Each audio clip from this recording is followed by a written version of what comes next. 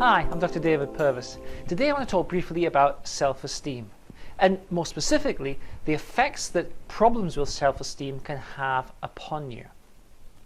Now, human beings are complex and complicated, and when people come to my consulting room, one of the first things that I have to do is to create a map of their internal psychological world. Human beings are complex and complicated. Cities and train services are complex and complicated. If you want to see how complex a city is, you've got to look at a map of it. If you want to see how complicated a train service is, you've got to look at a map. Well, the same is true for human beings. You've really got to look at a map of the psychological forces, structures, and motions that flow within the human being. When I do that, when I create this psychological map, I always see a problem with self-esteem. And this is especially true when we have mood disorders such as depression or anxiety and stress. Let me see if I can make this issue a little bit more real so that it kind of resonates with you in a way. Ask yourself this question, and this is a question that I ask my clients repetitively. I say, what is the most negative belief you have about yourself? Well, sometimes people say, my feet are too big, and I'll say, no, that's not what it is. Commonly, people say things like, I'm worthless, I'm disgusting, I'm no good, I'm unlovable, I'm a failure, I'm a fraud, I'm useless, I'm stupid. These are genuinely very negative beliefs to hold about yourself. And if you hold one of these negative beliefs, it is a very distressing thing to kind of realize about yourself. It's a distressing piece of information to carry with you. If you can recognize one of these as being applicable to you, or you ask yourself this question and you work through it a little bit and it comes to pass that you say, well, okay, maybe I'm not good enough or something like that, then it's difficult to live with that piece of information, which gives you basically three choices. The first choice is, and this is the choice that is very commonly adopted by many people, ignore it. You can ignore it. If you ignore it, you think it might go away, If you ignore it, you can carry on as if it doesn't exist. You can put it behind you, you can get on with your life. The trouble is, ignoring it doesn't make it go away. It just, in a sense, puts it a little bit beyond your vision, so you don't necessarily have to look at it so much, but it always exerts its influence. It's like having another moon spinning around the Earth, exerting its gravitational force. Every now and again, when the extra moon and this current moon that we have line up, we're going to have massive gravitational forces disrupting stuff. And that's what it's like. You can ignore it to a degree for a period of time, maybe. And then it's going to be a bit distressing, it's going to be upsetting, it's going to cause things to go wrong. Ignoring it is a commonly adopted strategy, but not very useful. The second strategy is to accept that it's true. Accept that the most negative thing that you believe about yourself is correct. So if I believed, for instance, and my most negative thing was I am a failure, I'm accepting that I'm a failure. I am a failure. And commonly, people who are significantly depressed will sit in my consulting room and say, I am a failure. Like 100%? Yeah. Okay. That acceptance of the most negative belief that you have about yourself typically goes along with a substantial mood disorder, and we can call it depression or anxiety, depending if it's an anxiety-provoking most negative belief. So the first two options out of the three possible options are not very adaptive, not very useful, and they will definitely cause a problem at some point. The third option is a bit more interesting, however. The third option is to ask yourself this question: is my most negative belief about myself accurate? Is my most negative belief about myself true? Does my most negative belief about myself stand up to scrutiny? So, for instance, if my most negative belief was I am a failure, I would say I am a failure. Okay. If I was doing my own therapy at the same time, I would say, do you work? Yes, I do work. Do you hold down a job and get a salary? Yes, I do. Can you drive? Yes. Are you able to maintain a relationship? Yes. Are you interested in things? Yes.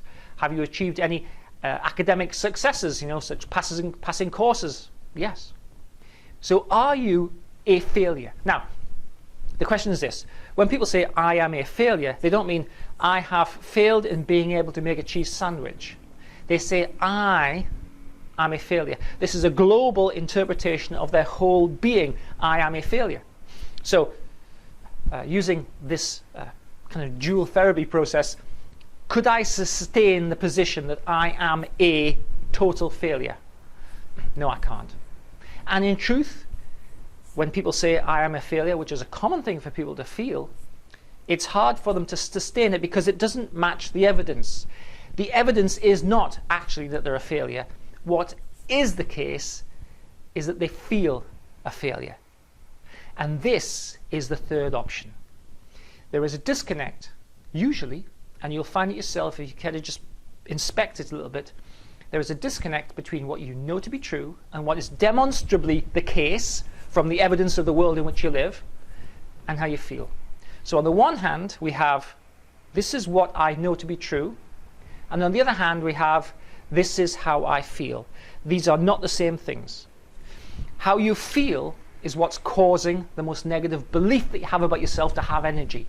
How you feel is not accurately calibrated to the world in which you live, which is why ignoring it and accepting it are both the wrong solution to this problem of problematic self-esteem, because how you feel will not change.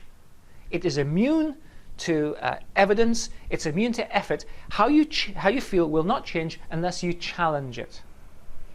So what we have to do then is, if we have a problem with self-esteem, and if you recognize any of those labels that I've been using as examples here, what we have to do is to take the third option. We have to examine your most negative belief about yourself. We have to examine your kind of structure of problematic self-esteem, and we have to challenge it and change it. We have to make the feeling, I am disgusting, I'm not good enough, I'm worthless, I'm unlovable, I'm a fraud, I'm a failure, I'm stupid. We have to challenge this feeling, make it account for itself, and bring it in line with what we know to be true, what we can demonstrate to be true. I might not feel very clever, but I am not globally stupid. This is overgeneralized and decontextualized. I might not feel good enough, but the evidence is that I am good enough in many domains of my life. This is cognitive behavior therapy. This is CBT therapy. We challenge the feeling and we make it move to be more in line with what we know to be true. Because what we know to be true is true. Our feelings are not a good guide to reality in a lot of circumstances, and particularly when we have very negative beliefs and feelings about ourselves. So the third option is to challenge and change those most negative beliefs that we have about ourselves. If we don't challenge and change them, they will continue to exert a powerful influence over us, and they will distort and eventually ruin the course of our lives, because it's inevitable that they will do that. If you believe something very negative about yourself, it is inevitable that it will have a profound effect upon the course of your life. Now, my proposition is this: it doesn't have to do that. Now that you recognize that there are three options, you can take option 1, which is ignore it, option 2, which is accept it, option 3, which is to challenge it and change it. If you want to take option 3, there are many paths that will take you from where you are to where you want to get to, which I would anticipate is to feel good, to have a reasonable level of self-esteem, and to be accurately calibrated to your skills and attributes and to the world in which you live. That gives you the best opportunity to be able to achieve the best kind of life that you can have. If you want to engage with the third process, which is challenging and changing, which is moving forward and adopting a constructive and proactive attitude to your mental health, then please check out the CBT system, Mood Control.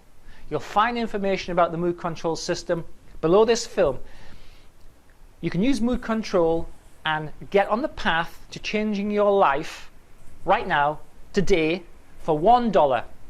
$1. 69p in the UK, more or less, or 67p, $1, you can start on Mood Control, and that will give you the first 4 weeks of CBT therapy in your own home on your own computer, working towards the third option, which is challenging and changing, and then taking control of your most negative beliefs that you have about yourself. Depression and anxiety and stress are massively common human problems. The sad thing is they don't have to be, because we have within us the necessary tools and resources, with some guidance from a system like CBT Therapy, mood control. We have the necessary tools and resources to be able to resolve these. All we have to do is to take the third option. Thanks for taking the time to watch and listen. I hope to see you on the inside of mood control, and let's get on this journey together.